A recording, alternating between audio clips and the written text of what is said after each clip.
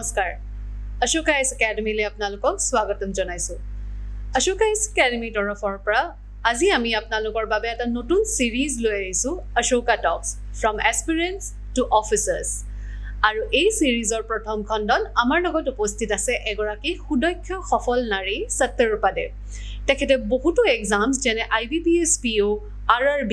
RBA assistant NET JRFকে ধৰি এনে ধৰণৰ বহুতো কম্পিটিটিভ এক্সামছ ক্লিয়াৰ কৰিছে আৰু তাৰ উপৰিও তেখেতৰ শিক্ষকতাৰো বহু বছৰৰ অভিজ্ঞতা আছে আহকচোন তেখেতৰ পৰা জানো যে SSC বা বেংকিংৰ দৰে এক্সামছত কেনেকৈ আমি পঢ়ি যাব লাগিব আৰু কেনেকৈ পঢ়িলে আমি সফল হ'ব পাৰিম তেখেতৰ পৰাই জানো আহকচোন মই সত্যৰূপা দেৱক অশোকা আইএছ একাডেমীৰ প্লেটফৰ্মলৈ স্বাগতম জনাইছো সত্যৰূপা আপোনাক মই এটা প্ৰথমে জানিব বিচাৰিম আপুনি কেনেকৈ banking as a career choose কৰিলে First of all, my BTech is electronics or asilu, and eventually, যেতিয়া BTech hek hol, it was 2020. তেতিয়া এনোকা আছিল যে মই তেতিয়া খুব সনসল টাইপৰ আছিলো ঠিক আছে তো মোৰ এনোকা আছিল যে IT সেক্টৰ কৰো নে নাই কি কৰো তেতিয়া এনোকা হেৰি নাছিল দেন ইভেন্টুৱেলি মই গেট এক্সাম দিলো তাতে মই ভাল নকৰিলো দেন ইভেন্টুৱেলি হেৰি কি কয় ষ্টেট বেংক ক্লাৰিকেলৰ নোটিফিকেশন ওলাল দেন উলাল মই ভৰি দিলো আৰু ঠিক আছে তেতিয়াও মই খুব সনসল আছিলো মই পঢ়াউনা নকৰিলো এজ ইউজুৱেল গৈ আছে দেন ইভেন্টুৱেলি 1st February মোৰ আজিও মনত আছে 2020 এডমিট কাৰ্ড ওলালে তেতিয়া আই ওয়াজ লাইক এৰা মতে একো পঢ়া নাই 22 February এক্সাম মই কি কৰিম then 21 days মোৰ মাজতে গ্যাপ আছে just 21 days তেতিয়া মই I was like জি কৰিব লাগিব এই 21 daysতে কৰিব লাগিব হয় হ'ব নহলে নহয় then eventually মই পঢ়াশুনা স্টাৰ্ট কৰিলো মানে একদম পাগলৰ নিচিনা পঢ়িলো আৰু and then 22 এক্সাম মানে ফাৰ্স্ট প্ৰিলিমছ জীৱনৰ হেতুতে মই বহুত ভালকে দি দিলো আৰু মানে কেনেকে দিলো নাজানো আৰু হৈ গল আৰু তেতিয়া মই গম পালো যে নাই মোৰ ফৰ্টে টু হ'ল যে মই ৰিজনিং ওয়ান্স পাৰিম ইটো লৈ যদি মই আগবাঢ়ো তেন্তে সাগে মই কৰিব পাৰিম ওকে সো বেসিক্যালি তুমি সেলফ অ্যানালাইসিসত ফোকাস কৰিলা rather than going through any topper strategy হয় তেনেকে মই নিজৰ কমপ্লিটলি নিজৰ লাইফৰ ওপৰত এনেকা দেখাও নাই একো নাই নিজে নিজে so what was your turning point during your preparation আচ্ছা 2020 তাৰ পিছত মোৰ প্ৰিলিমছ ভাল গল এন্ড ইভেন্টুৱেলি মই প্ৰিলিমছ এই 22 ডেজৰ পঢ়াশুনাতে মোৰ ক্লিয়াৰ হৈ গল তাৰ পিছত তো লকডাউন আহি গল আচ্ছা তেতিয়াও মই এগেইন চনসল আৰু ইপিন ঘূৰি থাকো আৰু ইমান ভালকে নপঢ়ো দেন ইভেন্টুৱেলি মোৰ আজিও মনত আছে 31st October 2020 মেইনছ এক্সাম আছিল SBI ক্লাৰিকেল যেটো প্ৰি ক্লিয়াৰ হৈ গল যাবই লাগিব যেহেতু তেতিয়া লকডাউন ফেজ জাস্ট 7 days আগতে কি কয় ৰিজাল্ট হেৰি প্ৰিলিমছৰ ৰিজাল্ট আউট হ'ল এন্ড তাতে ক্লিয়াৰ কংগ্ৰেচুলেশ্যন বুলি মেছেজ আহিছে এতিয়া 7 daysত মই মেইনছৰ প্ৰিপাৰেচন কেনেকৈ কৰিম তো ইভেন্টুৱেলি মই নকৰিলো এনেই গুচি গলো আৰু এক্সাম দিবলৈ সো তেতিয়া মই ফেইল কৰিলো এক্সামটো আচ্ছা তাৰ পিছত মই গম পালো যে পঢ়াশুনা কৰিব লাগিব দেন মই পঢ়িলো এন্ড 2021 আহি আছে January first week SBI PU exam আছিল and IPS PU exam আছিল তো মই তাতে এগেইন নার্ভাস হৈ গল নাজানো ওভার কনফিডেন্স নে কি আই ওয়াজ লাইক হা SBI ক্লাৰিকেল পাৰিছো তো মই IPS PU পাৰিমে এন্ড মই বাহিৰত কনফিডেন্ট ভিতৰত গৈ মই শিভাৰিং কৰা ষ্টাৰ্ট কৰিলো এন্ড মোৰ ৰিজনিং বেয়া হৈ গল এন্ড মোৰ হে এক্সামটো ক্লিয়াৰ নহল আৰু তেতিয়া মই গম পালো যে না কনফিডেন্স থাকিব লাগে ওভাৰ কনফিডেন্ট হ'ব নালাগে এন্ড ডেইলি পঢ়ি থাকিব লাগে হৈ যাব তাৰ পিছত 2021 ৰ পৰা ষ্টাৰ্ট দিলো মই ভালকৈ that was my turning point that was your turning point so how was your overall strategy what was your overall strategy eta banking SSC বা এনে ধৰণৰ যিকোনো গভৰ্ণমেণ্ট কম্পিটিটিভ এক্সামছৰ কাৰণে তুমি কি ভাবা কেনেকুৱা ধৰণৰ এটা ষ্ট্ৰেটেজি ফলো কৰিব লাগে আচ্ছা এতিয়া যদি মই কোন যে ভালকে পঢ়াশুনা স্টাৰ্ট দিছো দ্যাটস 2021 January আচ্ছা তেতিয়া এনেকুৱা আছিল যে মই মেইনছ ক্লিয়াৰ কৰা নাই মই মেইনছৰ কথা পাহৰি থাকিলো দেন মই প্ৰি এতিয়া প্ৰিৰ ক্ষেত্ৰত কি হ'ল মোৰ স্পীড নাছিল ম্যাথছৰ স্পীড কম আছিল আচ্ছা ৰিজনিংৰ পাজলছৰ স্পীড কম আছিল তো সেইভাৱে এণ্ড ইংলিছ মোৰ কেতিয়াও ইমান প্ৰব্লেম নাছিল ডে 1 ৰ পৰা ইংলিছ কৰি লৈছো আৰু তো সেইভাৱে মই ষ্ট্ৰেটেজি ওয়াইজ বহুত মই ডায়েৰী লিখো সো ডায়েৰী লিখি মই ডেইলি ৰুটিন বনাও যে আজি মই এইটো পঢ়িম তেনেকে মই টু ডু লিষ্ট ক্লিয়াৰ মানে টাৰ্গেটবোৰ ফুলফিল কৰি নেক্সট 6 মান্থত মই মানে ভালকে গ্ৰিপ আনিলো স্পীডত এণ্ড একিউৰেচিত তাৰপিছত আস্তে আস্তে হ'ল So, can you give us the insight of the exam pattern? Exam pattern banking or কেনেকুৱা হয় সেইটো এটা ইনসাইট দিবা নেকি? আচ্ছা সেই ক্ষেত্ৰত মই কম ফাৰ্ষ্ট অফ অল ক্লেৰিকেল হোক বা পিঅ হোক প্ৰিলিমছ হয় তাতে আপোনাৰ 20 minutes English 20 minutes reasoning 20 minutes once আচ্ছা সেইটোতে স্পীড লাগে একিউৰেচি লাগে সেই হ'ল আমাৰ 100 মাৰ্কছ 60 মিনিটছ তাৰপিছত 40 ডেজৰ পিছত হয় আমাৰ মেইনছ এক্সাম মেইনছৰ ক্ষেত্ৰত পিঅ'ৰ ক্ষেত্ৰত ডেছক্ৰিপটিভ পাৰ্ট থাকে প্লাছ জিএছ থাকে এণ্ড আমাৰ কোৱান্টছ ৰিজনিং ইংলিছটো আছে চ' টোটেলিটি 3.5 আৱাৰ্ছৰ এক্সাম তাৰপিছত খালি এণ্ড ক্লেৰিকেল যদি হয় বা আৰ বি আই এছিষ্টেণ্টৰ এক্সাম যদি হয় সেই ক্ষেত্ৰত ডেছক্ৰিপটিভ নাই তাৰপিছত সেইটো ক্লিয়াৰ হৈ গ'ল যদি তাৰ পৰা 75% মাৰ্কছ যাব এণ্ড ইভেঞ্চুৱেলি লাষ্টত থাকে আমাৰ ইণ্টাৰভিউ তাৰ পৰা 25% তো সেইটো দি টোটেল আমাৰ পিঅ'ৰ এক্সাম এণ্ড যদি ক্লেৰিকেল হয় mains a last exam in order to clear the job So, what is the overall time limit? কিমান সময় গোটেই এক্সামটো কমপ্লিট হয়গে? মই কম 80 days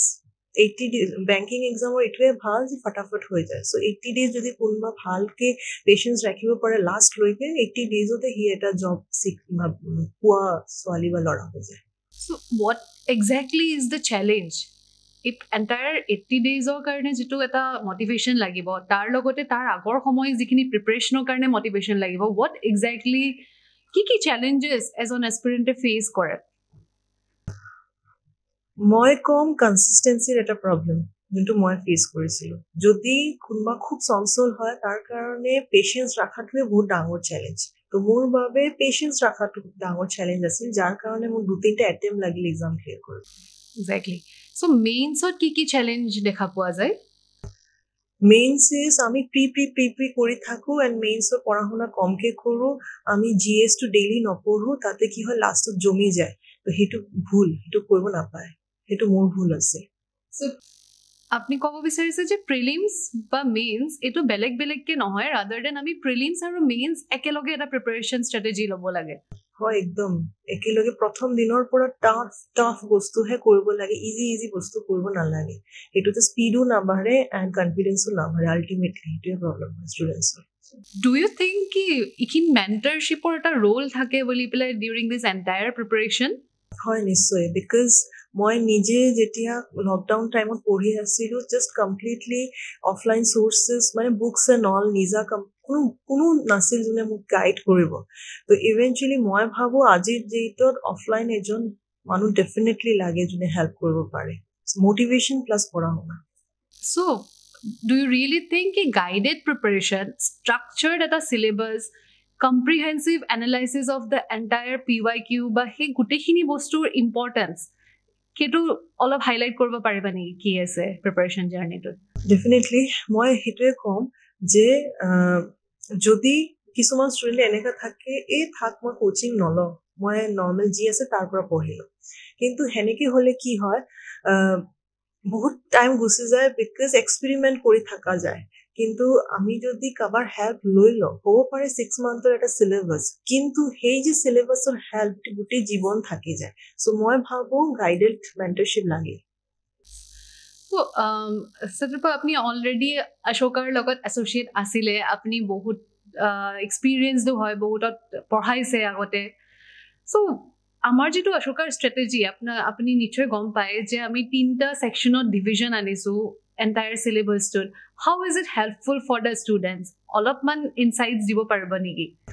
হয়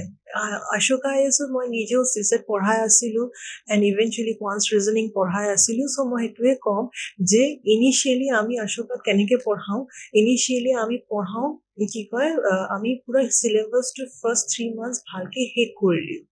দেন তাৰপিছত হাই লেভেলৰ কুৱেশ্যনখিনিৰ কাৰণে এটা ছেকশ্যন থাকে তাৰপিছত লাষ্টলি কোন চেপ্টাৰৰ পৰা কিমান আহিব সেইটোৰ যে কমপ্লিট PYQ কৰোৱা সেইটো আমি কৰোঁ এণ্ড ইভেঞ্চুৱেলি আমাৰ মক ইণ্টাৰভিউটো থাকে so it's a complete structure syllabus in Ashoka যোনটো মই ভাবো ষ্টুডেণ্টক বহুত হেল্প কৰিব এণ্ড কৰেও সেইটো আমি চবে জানো সো আমাৰ ষ্টুডেণ্টছে অলৰেডি ক্লিয়াৰ কৰিছে সেই ষ্ট্ৰেটেজিটোত এটা মোক অলপ ইনচাইটছ দিবা নেকি কিমান ৱেটেজ থাকে প্ৰত্যেকটো ছেকশ্যনৰ পৰা যেনেকৈ বেংকিঙত আমি দেখা পাওঁ কি বেলেগ এটা ৱেটেজ পেটাৰ্ণ থাকে SSCত বেলেগ এটা ৱেটেজ পেটাৰ্ণ থাকে কুৱেশ্যনৰ চিলেবাছখিনিত সেইটোত অকণমান ইনচাইট প্ৰভাইড কৰিব পাৰিবা নেকি কোনটো ছেকশ্যনৰ পৰা কিমান ৱেটেজ থাকে মই কম যদি বেংক হয় বা SSC তিনিজনক ইকুৱেলি লৈ চলিব লাগে সেইটো মই ভাবো প্লাছ GS টো আছে তিনিজন ইকুৱেলি ইম্পৰ্টেণ্ট বিকজ আমি নাজানো কোনটো টাইমত কোনটো চিলেবাছ মানে কুৱেশ্যন পেপাৰ টান আহি যায় চ' মানে 3 of them as well as GS একেলগে লৈ চলিব লাগে ইকুৱেল এমাউণ্টত চ' আমি কোৱান্সত আমি দেখা পাওঁ যে বহুকেইটা ছেকশ্যন আছে তাৰে ভিতৰত কিছুমান ছেকশ্যন কমন আছে চ' কমন ছেকশ্যনছখিনি প্ৰিপেৰেশ্যনটো কেনেকৈ ৰাখিব লাগে এণ্ড এডভান্স ছেকশ্যনৰ প্ৰিপেৰেশ্যনখিনি কেনেকৈ ৰাখিব লাগে মই ভাবো ফাৰ্ষ্টে এৰিথমেটিক ভালকে গ্ৰিপ লৈ ল'ব লাগে তাৰপিছত এডভান্সৰখিনি যাব লাগে বিকজ এডভান্সে চবেই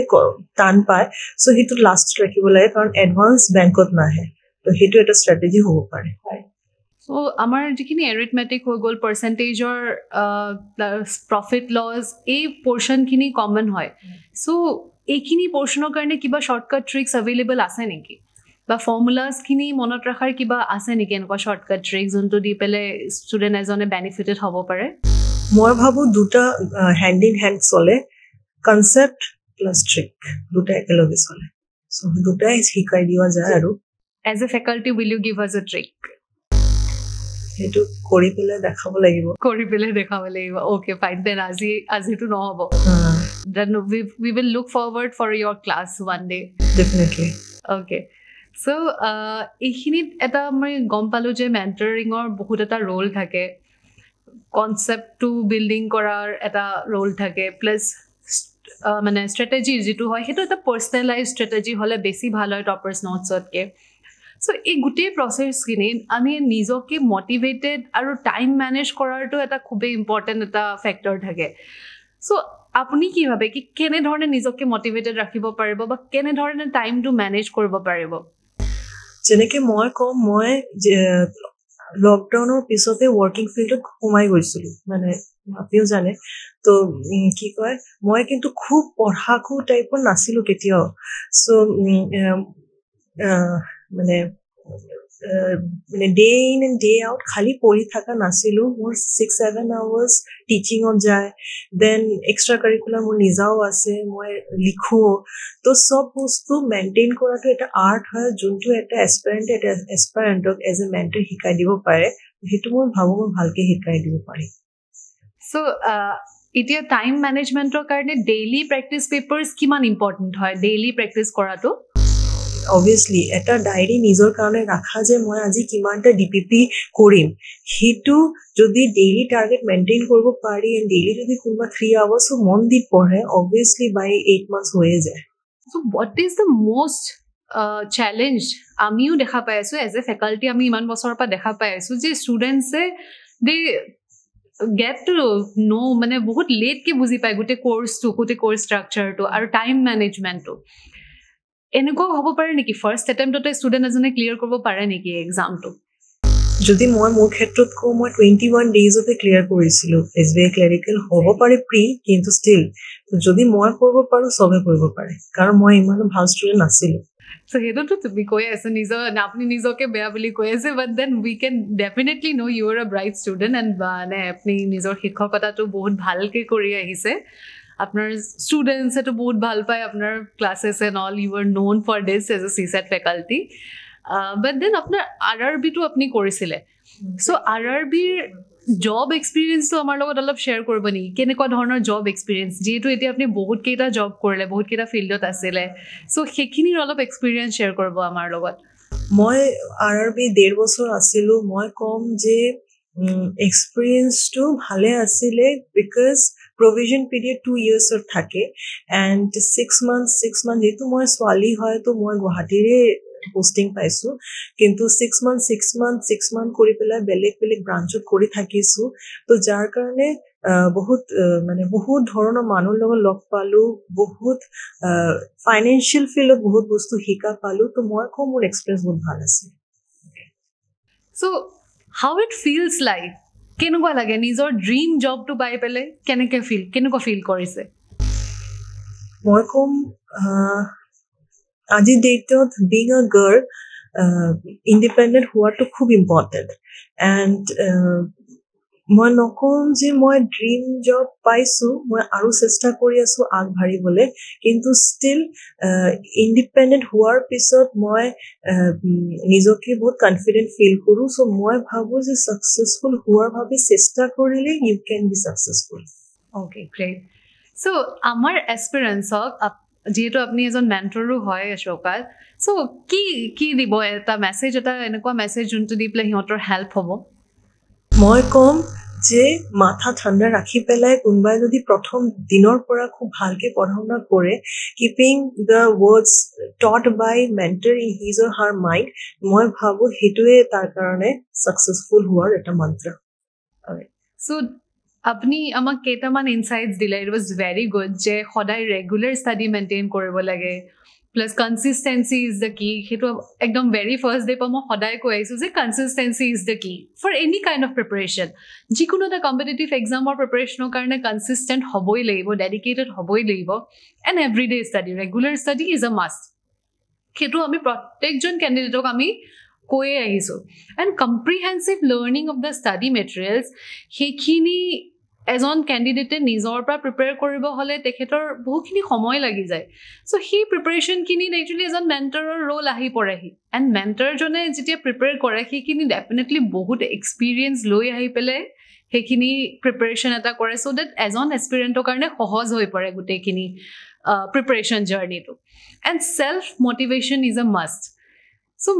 আপোনাৰ পৰা আৰু এটা লাষ্ট ইনচাইট মই জানিব বিচাৰিম so' is there any shortcut মই কম নাই শ্বৰ্টকাট মোটেও নাই বিকজ মই 2020 পৰা আজি 2025 হ'ল এতিয়াও মই এক্সামছ দি আছোঁ এতিয়াও মই আৰু বেটাৰ কিবা অপৰচুনিটি পাবলৈ চেষ্টা কৰি আছোঁ চ' শ্বৰ্টকাটটো নাই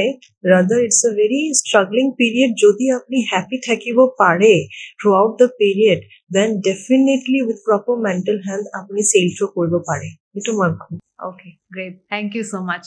So we have advanced to our last section. এতিয়া আমি last sectionত আহি উপনীত হৈছোহি আৰু সেইটো হৈছে fun rapid fire round. আজি আমি আমাৰ গেষ্টৰ লগত এটা fun rapid fire round কৰিম তেখেতৰ লগত. So Satarpa, are you ready? Definitely. Okay. So first, coffee or tea? Coffee? Always a coffee person? Why? Chai lovers तो भी hate करेंगे ना आपको is it taste ভাল লাগে তাই okay so what is your favorite book that changed your mind actually I'm not a reader I'm a writer so I myself write and I change myself great to hear that so what do you write can you share us 2 lines lately I wrote one thing a butterfly never says to horsefly that I am a beautiful, but the horsefly himself moves towards its pheromones. तार माने कि जुने निजे माने भालके काम कोरी ऐसे ते कितियों नकोय जे मोये भाल दुनिया देखा पाए जाए जे मोये भाल. One myth about banking exams. बहुत speed लागे मोये तो maths नुआरुए. It's not like that. मेहनत कोरिले सोबे पारे. যদি মই পাৰিছো সবে পাৰিব ওকে ইংলিশ জানিবই লাগিব তেতিয়াহে মই বেংকিং ক্লিয়াৰ কৰিম মোটেও নহয় ইংলিশ ম্যাথছ ৰিজনিং ইকুৱেলি জানিলে হ'ল হেতু প্ৰিপাৰেচন ফেজত ষ্টাৰ্ট কৰিলেও কথা নাই কাৰেণ্ট এফেয়াৰ্স মই ডেইলি নপঢ়িলে মই নাজানো সেইকাৰণে মই নোৱাৰিম current affairs in one way daily পঢ়িব লাগে কিন্তু কিবা কাৰণে যদি কোনোবাই নপঢ়িছে ডেইলি উইকলি পঢ়িব লাগে One hobby that you still pursue? Writing and modeling. Okay, great, modeling. So, আমি কেতিয়া দেখা পাম আপোনাৰ modeling shoot next? কৰিব লাগিব আৰু Okay, fine. So, Satarpa, thank you so much for being there with us today. Azi ami ekhini episode to khek korbo laibo. So, last suggestion to Ashoka Academy. What do you suggest? যেনেকে কৰি আছে ভালকে কৰি আছে আৰু আমি আগবাঢ়িব পাৰিম এতিয়া Thank you so much, Satarpa. And thank you so much, everyone, for being there with us. I hope Azi Gute session to apnalokor karne helpful asle and was insightful for you all. Those who are preparing for banking exams by SSC exam karne nijor preparation lom boli bhabisa. This is the time. Jehetu etia bohuto notifications ahise. Aru khei notifications khini okol feel korle nohobo, preparation journey start koribo lagibo. So all the best and thank you so much.